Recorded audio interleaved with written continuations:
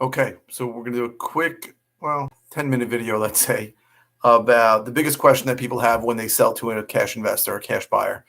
Are they getting screwed, right? Am I selling this for way too much less than I should be selling it for? And the answer is no. Well, it depends, really. You might sell it for way too much less. But the way to protect yourself is to speak to multiple investors. Now, I'm going to do a video with a bunch of my competitors that you can call if you want to see. But here's the basic gist of it. No one's forcing anyone to sell their property. All right. What happens is if you're selling it to an investor, it's usually because you don't want to or can't list it with a realtor, right? 90% of any properties in any given area are going to be sold via a listing agent. And it's going to be on the open market, and that's how it's going to work. If you're selling it to an investor, it's usually because of condition. Either the property's in terrible condition and you're not interested in making repairs, or you feel like it's so bad that the end buyer won't be able to get a regular mortgage. That could be one. Or there might be a different situation. Maybe you need to sell it really quickly, or maybe you need to sell it and you need a lot of time. Basically, you don't want to be on a regular buyer's timeline. That's another reason that properties get sold to me. Sometimes you just don't want a lot of people in the house. Sometimes you don't want to clean it up. There could be a whole host of reasons why you sell to an investor. And what you're doing is, and I tell people this all the time, you're giving up money for the certainty and convenience that an investor provides, right? Let's be perfectly honest here. I'm going to tell you something that nobody else tells you. On a standard seller to buyer contract, there is typically a mortgage contingency. That's a standard contingency in New York, which says that if the buyer can't get a mortgage, he's out of the contract. Now, what people don't tell you is that that is, in essence, sorry, my camera's moving, in essence, a get out of contract free card. And it happens to me all the time. It happened to me a month ago. I had somebody in contract for 3 months on property in Elmont, and then they said they got denied. They showed me a denial, and they're out of the contract. I was in the mortgage business for 17 years. I can tell you without a doubt, I probably on 100 different occasions gave somebody a denial just because they changed their mind. Now, it's very easy to deny somebody for a mortgage. It's simple, right? Documents expire all the time. Now, I'm not saying if the guy wants to buy the property, he's going to do it. I'm just saying that there is no real certainty when you go to contract with somebody in New York if there's a mortgage contingency. When I go to contract to buy a property, not only do I not have a mortgage contingency, I don't have any contingency, so I have to close. So there is certainty involved in that. The second thing is convenience, right? I'll close when you want. That could be quickly, that could be in a long time, whatever you need. I probably bought more properties from people who needed more time on the back end. They just didn't know where they were going and they needed time than I bought from people who needed to sell quickly. Or there's some kind of other convenience that we provide, right? It's very often you won't have to clean the property up. You can leave all the furniture there. You can leave all the stuff there. You can leave tons of junk there. You can leave stuff outside. If I'm going to do major work to the property, I'm going to have dumpsters there anyway. So I don't mind doing some more of that, more cleanup and demo work. So the answer really is you're not getting screwed. You're agreeing to a price that makes sense to you for the certainty and convenience. I need water, sorry. For the certainty and convenience that an investor is providing.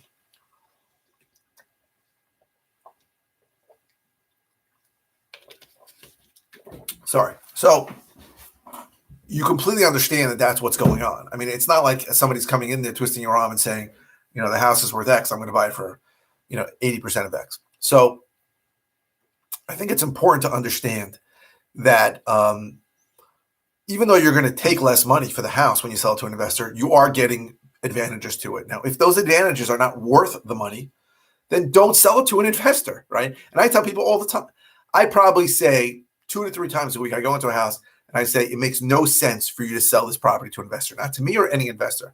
So you're going to leave too much money on the table. Now, I also take listings. So sometimes I'll say, you might want to list it with me, but very often they're not going to list it with me. The seller has somebody they're going to list it with. So I don't end up buying the property or listing the property or making any money on the property. But it's important that I do what's in the seller's best interest, because it's absurd to think that I'm going to give them some number as an investor when the house is in good condition and they're not really under any, they have no reason to sell to an investor. It's foolish for me to think that they're not going to eventually realize that they're taking less money than they should. So I think it's important to understand that this takes place about 10% of the time in any given market on average.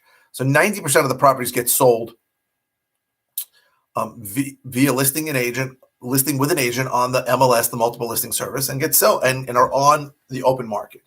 Now, if you're even thinking about selling it for sale by owner, I can tell you that's a bad idea. And I'm going to do other videos on why that's a bad idea. I think that's the worst of both worlds.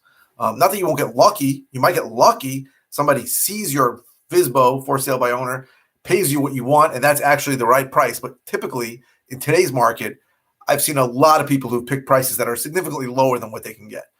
I've bought properties from people for sale by owner, and they've been happy to sell it to me, and then I turned around and sold it for more later because I think it's a bad idea. And I told them I asked them why I didn't list, and they told me some reason like they don't want to pay a commission. It's not a good reason. Usually you'll make more even after paying the commission, but I don't want to get specific about that. That's not what we're talking about. We're talking about whether you're getting screwed, right? Whether you're leaving a lot of money on the table. And you're definitely leaving money on the table when you sell to an investor.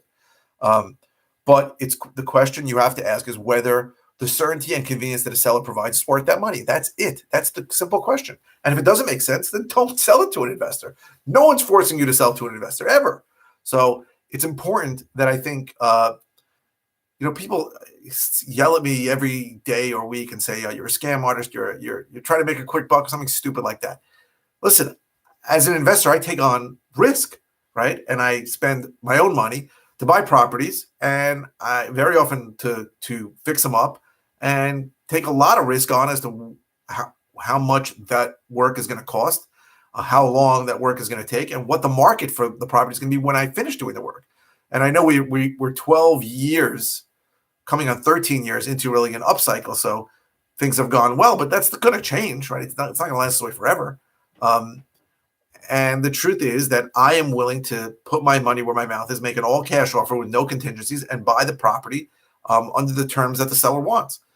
If you are going to sell to a buyer, besides the fact that there's a mortgage contingency and they may not actually close, you're going to be on a buyer's timeline. And when that buyer wants to close, he can force you to close. So it's very, very important to understand that this is not a predatory business. I don't take advantage of people. I'm very clear with people as to what their options are. Especially me as one of the only investors who also is a real estate broker. So I typically will make more money if I buy a property than if I list the property, but I have no qualms about listing a property and getting paid a little on that. So I'm open with people about what their options are. And I think it's important that everybody understands that nobody gets screwed when they sell, right? They are simply giving up some proceeds for the certainty and convenience that a cash buying investor, or no contingency buyer, I should really say, is providing. Now, if you know somebody else who will give you a no contingency contract and pay you more, then you'd be foolish to sell it to me or anybody else if you have that available to you. So I think it should be said and clear that nobody gets screwed. This is a voluntary transaction. I think I'm the only investor in the world who makes the guarantee that if you go to contract with me and then afterwards find a better offer from a legitimate buyer who can show proof of funds, real cash in the bank, that I will probably let you out of the contract or match that offer. That's my guarantee. I'm the only person that guarantees that, I think, on the planet, because I'm confident that I'm offering as good as any other investor will. Or very, very close. So, because let's be honest, we all are figuring the same numbers in pretty much. We know what the properties are worth. We know what the work costs. We all can do work. We all can do renovation work, hopefully inexpensively. If somebody doesn't do it inexpensively, then they're going to offer you less because the work's going to cost them more. But that's how the business works. So I hope this was helpful. If you have a property to sell, you can call me in the office at 516. Is that the number? My main office number is 516-209-2010. And I'm happy to answer any of your questions. You can go to website. There's a few websites. What do I have now? We Buy Houses. We Buy Long Island Houses. You can try that. And you can put in your address. You can put in your basic information. You don't even have to tell me your address, and I can give you an idea of what the house is worth. But I'm really here to help you. I'm not here to take advantage of anybody. I think I'm a pretty straight shooter. I've been doing this a long time. Never screwed anybody over. Never gotten into a bad situation with a seller. So I think I'm here to help. And if you want to sell a property, I'm here to help you in any way that I can. Thank you very, very much for watching.